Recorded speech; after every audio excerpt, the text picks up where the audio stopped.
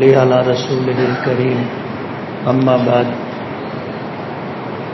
أعوذ بالله من الشيطان الرجيم بسم الله الرحمن الرحيم يا أيها الذين آمنوا كتب عليكم الصيام كما كتب على الذين من قبلكم لعلكم تتقون وقال النبي صلى الله عليه وسلم إن لربكم في أيام دهركم نفحات فتعرضوا لها لعله أن يصيبكم نفحة منها فلا تشكون بعدها أبدا صدق الله العظيم وصدق رسوله النبي الكريم. بزرگان محترم اور عزیز دوستو، رمضان المبارک کی آمد ہے. چاند دکھے گا، رمضان کا مہینہ شروع ہو جائے گا، اور رمضان کے آخر میں چاند نظر آئے گا تو رمضان کا مہینہ ختم ہو جائے گا.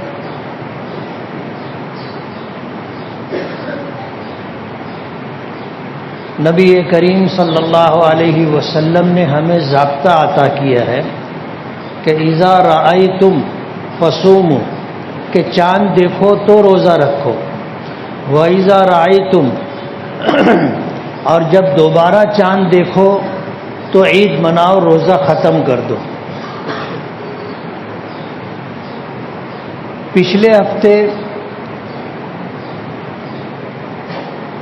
قمری مہینے اور شمسی مہینے کے تعلق سے کچھ باتیں عرض کی تھی کہ یہ دونوں نظام اللہ پاک کے بنائے ہوئے ہیں، اور دونوں کی تاریخوں کا یاد رکھنا اور اس کا استعمال کرنا ہماری ذمہ داری ہے. آج دنیا میں اسلامی مہینے، تاریخیں صرف مسلمان ہی اس کو استعمال کرتے. دوسری قوموں نے اس تاریخ سے کبھی اپنا تعلق نہیں رکھا. شریعت کا ضابطہ آپ اگر دیکھیں گے تو پچھلے ہفتے یہ بات میں نے عرض کی تھی کہ کچھ عبادتیں ایسی ہیں جن کا تعلق سورج سے، سورج کے نکلنے سے، سورج کے ڈوبنے سے. اب کچھ عبادتیں ایسی ہیں کہ ان کا تعلق چاند سے. تفصیل پچھلے ہفتے گزر چکی. عرض یہ کرنا ہے کہ چاند ہو یا سورج ہو، اللہ نے جو ضابطہ بنایا ہے اس ضابطے کو اختیار کر کے اس پر عمل کرنا، یہ تعبد ہے. تعبد کا مطلب یہ ہے کہ ایسی اطاعت و گزاری اور فرما برداری جس کی حکمت اور مصلحت ہمیں نہ معلوم، اسے تعبد کہتے ہیں. بعض لوگوں کی عادت ہوتی ہے کہ ہر چیز کی علت تلاش کرنا چاہتے، وجہ تلاش کرنا چاہتے. اب ظاہر بات ہے ہر چیز کی وجہ ہے، لیکن یہ ضروری نہیں ہے کہ ہر چیز کی حکمت، مصلحت، وجہ ہر ایک کو معلوم، اور یہ چیز ممکن نہیں ہے. اب اگر کوئی آدمی یہ سوال کرے کہ 5 وقت کی نمازیں ہیں تو 5 ہی وقت کی کیوں، 4 وقت کی کیوں نہیں ہے اور 6 وقت کی کیوں نہیں؟ پھر یہ سوال پیدا ہوگا کہ فجر کی 2 ہی رکعت کیوں؟ اس وقت 4 کرنا چاہیے تھا کہ صبح کا وقت ہے، کوئی کام نہیں ہے تو آدمی بجائے 2 کے 4 پڑھ سکتا ہے. اور جب کاروبار کا وقت ہو، آدمی محنت مزدوری میں، کام میں مصروف ہو، تو بجائے 4 رکعت کے 2 رکعت رکھنا چاہیے. جیسے ظہر کی 4 ہے تو کام کا وقت ہے 2 رکعت ہو، عصر کی 4 ہے تو کام کا وقت ہے 2 رکعت ہونا چاہیے تھا. یعنی آدمی اگر سوال قائم کرنا چاہے تو بہت سارے سوالات ان عبادات کے تعلق سے بن سکتے ہیں. لیکن عام مسلمان اس چکر میں نہیں پڑتا. کہ اللہ پاک نے 5 وقت کی نمازیں کیوں فرض کی ہمیں نہیں معلوم، لیکن ہم مانتے ہیں فجر کی 2 رکعت، ظہر کی 2 رکعت، عصر کی 4 رکعت، مغرب کی 3 رکعت، عشاء کی 4 رکعت، اس کے پیچھے کیا وجہ ہے ہمیں نہیں معلوم، لیکن ہم مانتے ہیں۔ اس کو کہتے ہیں تعبد، کہ یہ ایسی عبادت ہے کہ اس کی وجہ، حکمت اور مصلحت کا ہمیں علم نہیں ہے، لیکن ہمارا ایمان ہے، یقین ہے اللہ تعالیٰ کے احکامات پر، اس لیے ہم اسے مانتے ہیں۔ شیخ شہاب الدین سہروردی رحمۃ اللہ علیہ سلسلہ تصوف میں ایک بہت بڑے باکمال بزرگ گزرے، بہت بڑے بزرگوں میں گزرے ہیں۔ ابھی جیسے 4 کچھ سلسلے چلتے ہیں، نقش بندی سلسلہ، چشتی سلسلہ، قادری سلسلہ، سہروردی سلسلہ، یہ تصوف میں یہ 4 سلسلے چلتے ہیں۔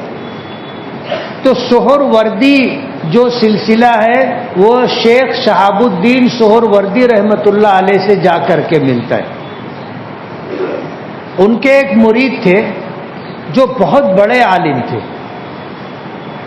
اور انہوں نے تفسیر کی بڑی بڑی کتابیں لکھی۔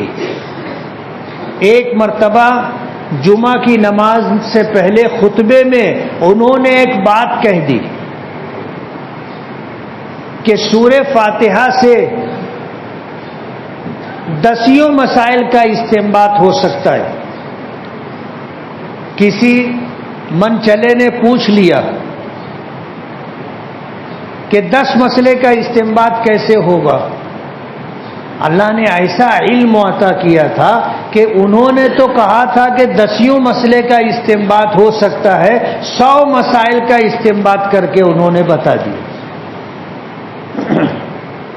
اللہ نے ایسا علم عطا کیا تھا۔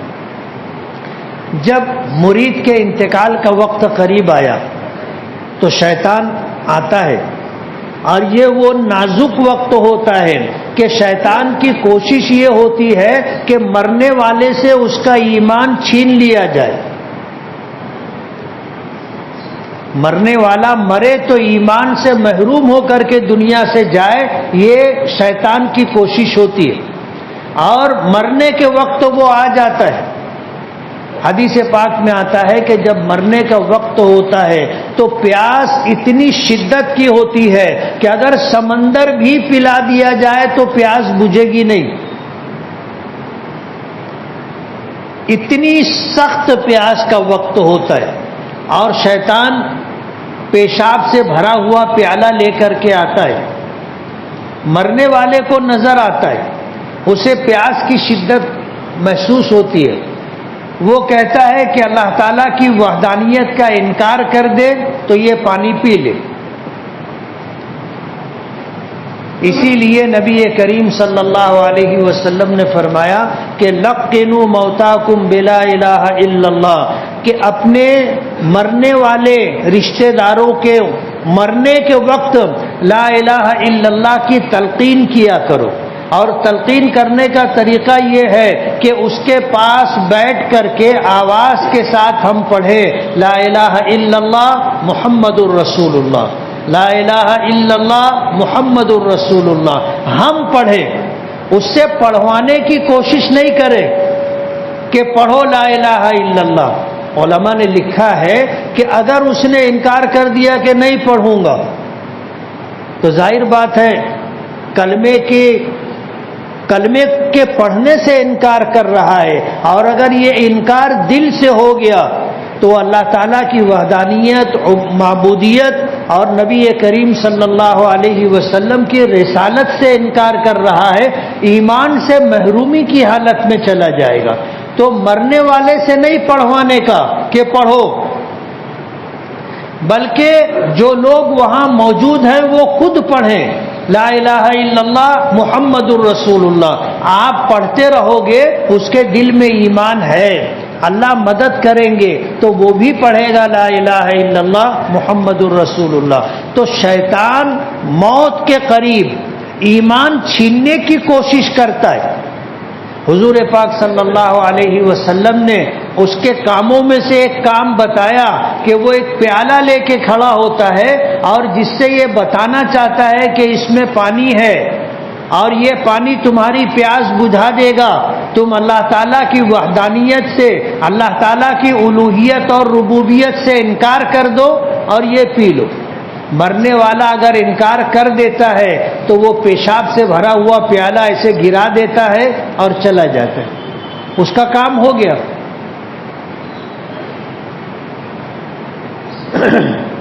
تو مرید کے انتقال کا وقت آیا اور اپنے وقت کے بہت بڑے امام، علم منطق، علم فلسفہ، علم حدیث، علم تفسیر، علم فقہ کے بڑے امام تھے، شیطان ان کے پاس آیا اور آ کر کے اس نے کہا کہ اللہ تعالیٰ کے تعلق سے تمہارا کیا عقیدہ ہے؟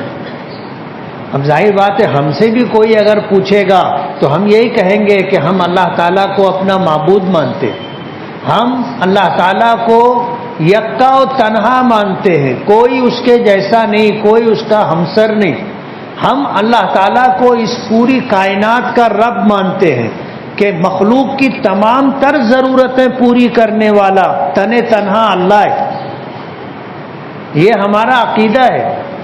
تو شیطان نے آ کر کے پوچھا کہ اللہ کے تعلق سے تمہارا کیا عقیدہ ہے؟ تو انہوں نے کہا کہ میں اللہ تعالیٰ کو ایک مانتا ہوں۔ کہا کہ تمہارے پاس دلیل ہے؟ بولے ہاں ہے۔ تو کہا کہ بتاؤ کیا دلیل ہے؟ تو جو دلیل مرنے کے وقت اس عالم نے دی، شیطان نے دلیل توڑ دی، انہوں نے دوسری دلیل دی، شیطان نے دوسری دلیل توڑ دی، تیسری دلیل دی، شیطان نے وہ بھی توڑ دی، اور یہ سلسلہ چلتا رہا۔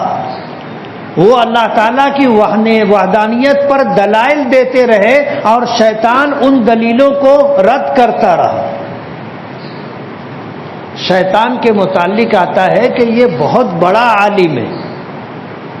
حضرت آدم علیہ نبینا علیہ الصلاۃ والسلام کے زمانے سے اللہ پاک کے جو احکامات آئے، اللہ پاک نے جو دین اور شریعت عطا کی انبیاء کرام کو، ہر نبی کی شریعت کا پورا علم شیطان کے پاس ہے۔ اور نبی ایک دو نہیں تھے، 1,24,000 کم و بیش انبیاء کرام علیہم الصلاۃ والسلام اس دنیا میں انسانوں کی ہدایت اور رہنمائی کے لیے تشریف لائے، اور سب کی شریعت کا علم شیطان کو ہے۔ کوئی چھوٹا موٹا عالم نہیں ہے، وہ بہت بڑا عالم۔ تو یہ اللہ تعالیٰ کی وحدانیت پر دلائل دیتے رہے اور وہ توڑتا رہا۔ ان کے جو شیخ تھے، مرشد، اللہ نے کشف کے ذریعے سے انہیں بتایا کہ تمہارا ایک مرید، تمہارا ایک تم سے دینی اصلاحی تعلق رکھنے والے شخص کا انتقال کا وقت قریب ہے، اور شیطان اس سے اس کا ایمان چھیننا چاہتا ہے، اور یہ حالات ان پر منکشف کر دیے۔ وہ وضو فرما رہے تھے، شیخ صاحب الدین سہروردی رحمۃ اللہ علیہ، انہوں نے ہاتھ میں پانی لیا اور ایسے پانی پھینکا اور کہا کہ یہ کیوں نہیں کہتا کہ میں اللہ تعالیٰ کو بغیر دلیل کے ایک مانتا ہوں۔ جو بات میں نے کہی کہ ایک ہوتا ہے تعبد، ہمیں سمجھ میں آئے نہ سمجھ میں آئے، ہم اس کی کوئی وجہ جانتے ہوں نہ جانتے ہوں، اس کے سبب کا، اس کی حکمت کا، اس کی علت کا ہمیں پتہ ہو نہ ہو، یہ علماء کا کام ہے۔ اور ہمارا کام یہ ہے کہ ہم یہ کہیں کہ ہم مانتے ہیں اور بغیر دلیل کے مانتے، اللہ ایک ہے بغیر دلیل کے مانتے، عبادت کے لائق تنے تنہا وہی ہے، ہم بغیر دلیل کے مانتے ہیں، اس پوری کائنات کا رب اور پالنے والا وہ ہے، ہم بغیر دلیل کے مانتے، اللہ تعالیٰ اس پوری کائنات کا خالق بھی ہے، مالک بھی ہے، ہم بغیر دلیل کے مانتے۔ یہ ہے ہمارا عقیدہ کہ ہم کو معلوم ہو نہ معلوم ہو، ہم بغیر دلیل کے سارے احکامات کو مانتے ہیں. سمجھ میں آ رہی بات؟ اس کو تعبد کہتے ہیں. کوئی اگر پوچھے کہ بھائی رمضان میں ہی روزہ کیوں فرض ہے، بولے ہم کو نہیں معلوم لیکن ہم مانتے ہیں. اور روزہ صبح صادق سے لے کے غروب آفتاب تک ہے، یہ وقت کیوں رکھا؟ بولے ہمیں نہیں معلوم لیکن ہم مانتے ہیں. یہ ہے ایمان. سبب وجہ معلوم ہو نہ معلوم ہو لیکن ہم مانتے ہیں، یہ ایمان ہے. روزہ کہتے ہیں صبح صادق سے لے کر کے غروب آفتاب تک کھانے سے پینے سے اور میاں بیوی کے خصوصی تعلقات قائم کرنے سے رکے رہنے کا نام روزہ ہے.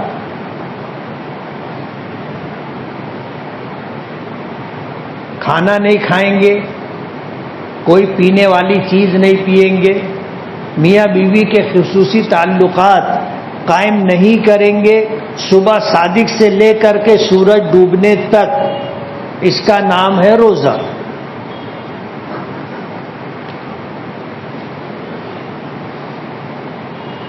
آدمی بغیر کھائے پیے بغیر تعلق قائم کیے بھی رکا رہتا ہے کبھی کبھی، لیکن اگر روزے کی نیت ہوگی تو روزہ ہوگا.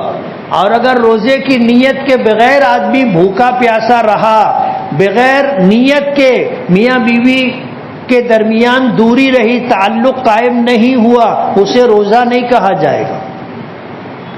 روزے کے لیے نیت ضروری ہے کہ اللہ میں کل تیری رضا کے لیے روزہ رکھوں گا. اللہم انی اصوم غدًا لک، کہ اللہ میں کل کے دن تیری رضا کے لیے روزہ رکھوں گا. یہ ہے نیت. اور سحری کرنے کے وقت آدمی یہ نیت کر لے، زبان سے الفاظ ادا کر لے اچھا ہے، لیکن زبان سے الفاظ کا ادا کرنا ضروری نہیں ہے. دل میں یہ ارادہ اور یہ نیت ہونی چاہیے کہ میں کل روزہ رکھوں گا. بغیر نیت کے روزہ نہیں ہوگا، نیت کرنا ضروری ہے. اور آدمی جب رات میں اٹھا سحری کھانے کے لیے تو یہ روزے کی ہی نیت ہوتی ہے. غیر رمضان میں تو کوئی رات میں 3 بجے 4 بجے اٹھتا نہیں ہے کھانے کے لیے. اٹھتے ہیں کیا ہم لوگ؟ نہیں اٹھتے، سوئے رہتے ہیں. تہجد کا وقت ہوتا ہے، جن کو اللہ توفیق دیتا ہے وہ تہجد کے لیے اٹھتے ہیں، اللہ سے مانگنے کے لیے، خاص تعلق قائم کرنے کے لیے اٹھتے ہیں، کھانے کے لیے نہیں اٹھتے. لیکن روزہ رکھنا ہے رمضان میں، آخر رات میں آدمی اٹھتا اس لیے ہے کہ کچھ کھا پی لے گا تاکہ اسے کل روزہ رکھنا ہے، یہ نیت ہو گئی. زبان سے کہنا ضروری نہیں ہے، دل کے اطمینان کے لیے کہہ لینا چاہیے. سمجھ رہے ہو؟ دل کے اطمینان کے لیے کہہ لینا چاہیے کہ اللہم انی اصوم غدًا لک فاغفر لی، کہ اللہ میں کل تیرے لیے روزہ رکھوں گا تو میری مغفرت فرما دے. شیطان اس میں بھی وسوسہ ڈالتا ہے کہ جب سحری کا وقت نکل گیا تو پھر وسوسہ ڈالتا ہے، نیت تو کیا ہی نہیں تھا. آدمی یاد کرتا ہے کہ میں نے تو دعا پڑھی نہیں، میں نے دعا پڑھی نہیں اور زبان سے الفاظ ادا نہیں کیے، اب میرا روزہ ہوگا کہ نہیں ہوگا. شیطان یہ وسوسہ ڈالتا ہے روزہ نہیں ہوگا، اب بلا وجہ بھوکا پیاسا رہ کے کیا کھاؤ پیو. اس لیے میں یہ بات کہہ رہا ہوں کہ وسوسے کا دروازہ بند کرو. آپ زبان سے اگر یہ الفاظ ادا نہیں بھی کیے تو رات میں 3 بجے کیوں اٹھے تھے؟ کل روزہ رکھنا ہے، سحری کھانے کے لیے اٹھے تھے، یہ نیت ہو گئی. اور دل میں ارادہ کر لینا، زبان سے الفاظ کو ادا کر لینا شکوک و شبہات کے دروازے بند کر دیتا ہے. یہ کرنا چاہیے.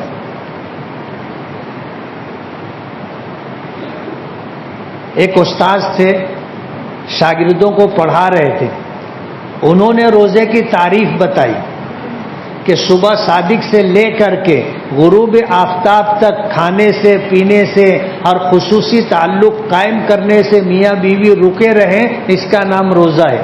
ان کی کلاس میں ایک شاگرد تھا، وہ کبھی کچھ پوچھتا نہیں تھا۔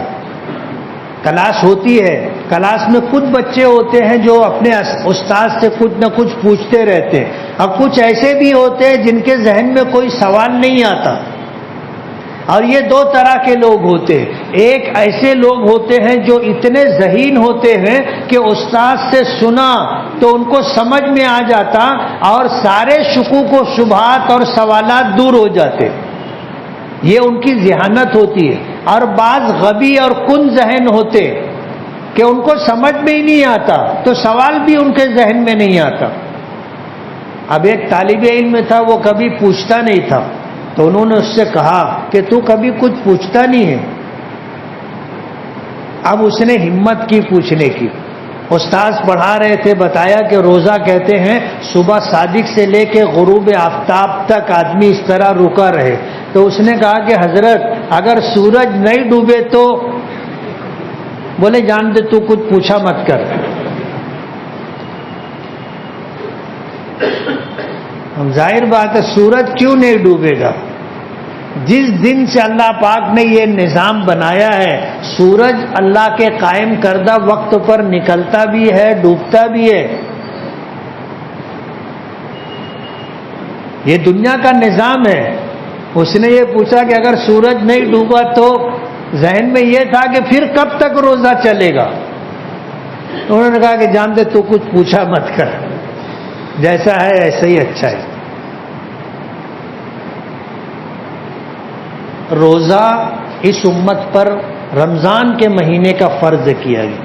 کتب علیکم الصیام شہر رمضان، رمضان کا مہینہ اللہ نے ہم پر پورے مہینے کے روزے فرض کیے، اور یہ جسمانی عبادت ہے اور اس کے بے شمار فوائد ہیں۔ پچھلے ہفتے میں نے بتایا تھا کہ روزہ ایسی عبادت ہے جس کا تعلق ظاہر سے نہیں ہے۔ ہم نماز پڑھتے ہیں، دیکھنے والا دیکھ لیتا ہے کہ یہ نماز پڑھ رہا ہے، اس نے تکبیر کہنے کے لیے ہاتھ کو کانوں تک اٹھایا ہے، ہاتھ باندھا ہے، کھڑا ہے، رکوع میں گیا ہے، سجدے میں گیا ہے، قاعدے میں بیٹھا ہے، دکھتا ہے کہ یہ نماز پڑھ رہا ہے۔ لیکن ہم میں سے کون روزہ ہے آج؟ کوئی نہیں بتا سکے۔ اس کا تعلق جسم سے ہے، اور ایسا تعلق ہے کہ اس کا پتہ یا تو روزہ رکھنے والے کو معلوم یا اللہ کو معلوم۔ اسی لیے میں نے یہ بات بتائی تھی کہ اللہ پاک فرماتے ہیں الصوم لی، بندہ میرے لیے روزہ رکھتا ہے، وانا اجزی بہ، اور میں اسے اس کا بدلہ دوں گا۔ ہر عبادت کا اجر و ثواب فرشتوں کے ذریعے ہم کو ملے گا، لیکن روزے کا اجر و ثواب اللہ پاک خود اپنے دست قدرت سے عطا کرے گا۔ اور ظاہر بات ہے کہ دینے والا اپنی شان کے مطابق دیتا ہے، اور بیچ میں جو آدمی ہوتا ہے وہ وہی دے گا جو ادھر سے ملے گا۔ سمجھ رہے ہو آپ؟ اب بیچ کا آدمی ہے، اپنے اس کو بولے کہ یار مجھ کو زیادہ ضرورت ہے، بڑھا کے دے دے، بولے میں کیسے بڑھا کے دوں گا، مجھے تو اتنا ہی ملا ہے جو میں دے رہا ہوں۔ لیکن روزے کا اجر و ثواب اللہ پاک خود دیں گے۔ اللہ نے دیا، بندے نے ایسے دیکھا سوالیہ نگاہوں سے، اللہ پاک اور دے دیں گے۔ ظاہر بات ہے اللہ کو دینے میں کیا ہے، دینے سے نہیں تھکتے۔ اللہ تو اتنی دینے کی قدرت رکھتے ہیں کہ آدمی لیتے لیتے تھک جائے۔ اللہ کی بارگاہ میں ایک روزہ اگر قبول ہو گیا تو ہماری نجات کے لیے کافی ہے۔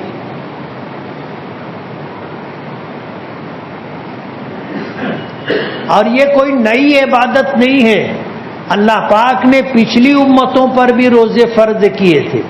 کتب علیکم الصیام، تم پر روزے فرض کیے گئے، کما کتب علی الذین من قبلکم، جیسے روزے فرض کیے گئے تم سے پہلے لوگوں پر۔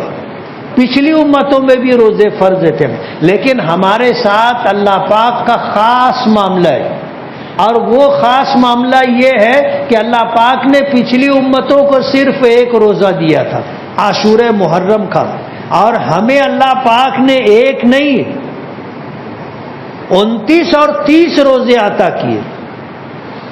اور میں نے بتایا کہ اگر ایک روزہ بھی ایک ایمان والا رکھے اور اللہ کی بارگاہ میں اس نے شرف قبولیت پا لی تو یہ ایک روزہ آدمی کو جنت میں لے جانے کے لیے کافی ہے. حدیث پاک میں آتا ہے کہ اللہ جنت کے 8 دروازے ہیں اور ایک دروازہ ہے اس کا نام ہے ریان، باب الریان. نبی کریم صلی اللہ علیہ وسلم نے فرمایا کہ اس دروازے سے صرف روزے دار لوگ جنت میں جائیں گے. یہ پہچان ہوگی. بقیہ 7 دروازوں سے سب طرح کے لوگ جائیں گے. ایمان والے ہیں، نمازی بھی، روزے دار بھی، زکوٰۃ دینے والے بھی اور حج کرنے والے بھی سب دروازوں سے جائیں گے. لیکن یہ ایک مخصوص دروازہ ہے. اس سے جنت میں جانے والے وہی لوگ ہوں گے جو روزے کی وجہ سے جنت میں جا رہے ہوں گے. اس کا نام ہے ریان. حدیث پاک میں آتا ہے اسے باب الریان کہتے ہیں کہ روزہ رکھنے والے روزے کی وجہ سے اس دروازے سے جنت میں جائیں گے. تو اللہ تعالیٰ کے نزدیک اس کی ایک خاص حیثیت ہے روزے کی. اور اس امت پر اللہ پاک نے کہتے نا کہ چھپر پھاڑ کر کے نوازشات کی. اسی میں سے یہ ہے روزہ پورے مہینے کا. یہ جسمانی عبادت بھی ہے اور نہ جانے کتنی بیماریوں کا علاج بھی ہے. اہتمام کے ساتھ روزہ رکھنا چاہیے. رکھیں گے نا؟ اللہ تعالیٰ قبول فرمائے. میں نے حدیث پڑھی تھی کہ ان لربکم فی ایام الدہر لنفحات، کہ زمانے میں اللہ پاک کی طرف سے کچھ خصوصی رحمت کے جھونکے چلتے. فتعرضوا لها، جب تمہیں یہ موقع نظر آئے اس سے فائدہ اٹھاؤ. اگر ایک رحمت کا جھونکا بھی تمہیں لگ گیا اور یہ موقع بھی تمہیں میسر آ گیا تو یہ تمہاری دنیا اور آخرت بنانے کے لیے کافی. چاند دکھے گا. آج کتنی تاریخ ہے شعبان کی؟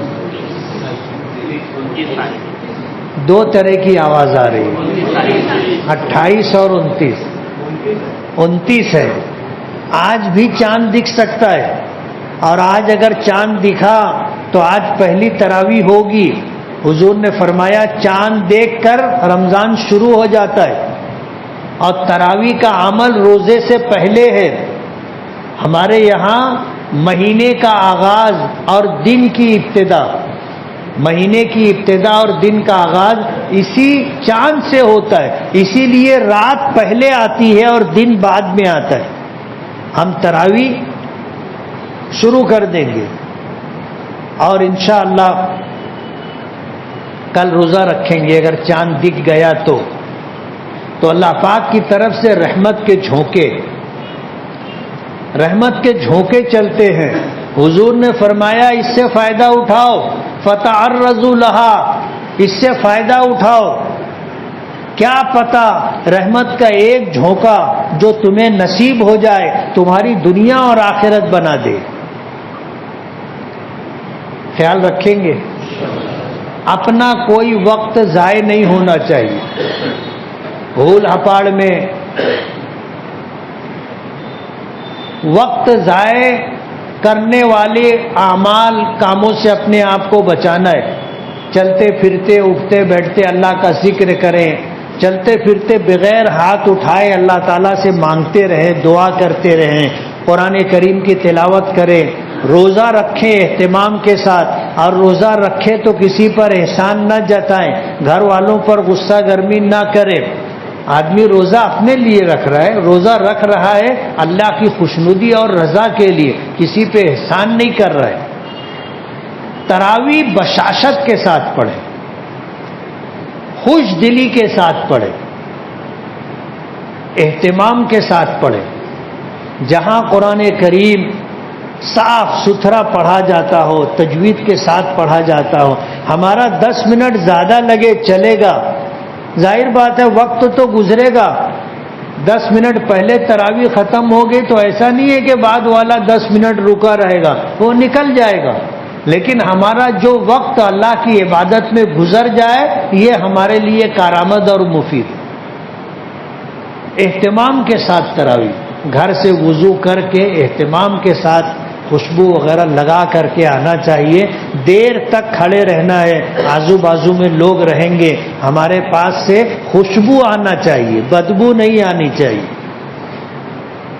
اس طرح اہتمام کے ساتھ تراویح پڑھیں، اہتمام کے ساتھ روزہ رکھیں، قرآن کریم کی تلاوت کریں، اللہ تعالیٰ سے قبولیت کی دعا کرتے رہیں کہ اللہ تیری شان کے مطابق تو ہم اعمال نہیں کر سکتے، لیکن تیری توفیق سے جو بھی ہم سے ہو سکا ہم نے کیا، اے اللہ تو اسے قبول فرما لے. وآخر دعوانا ان الحمد للہ رب العالمین.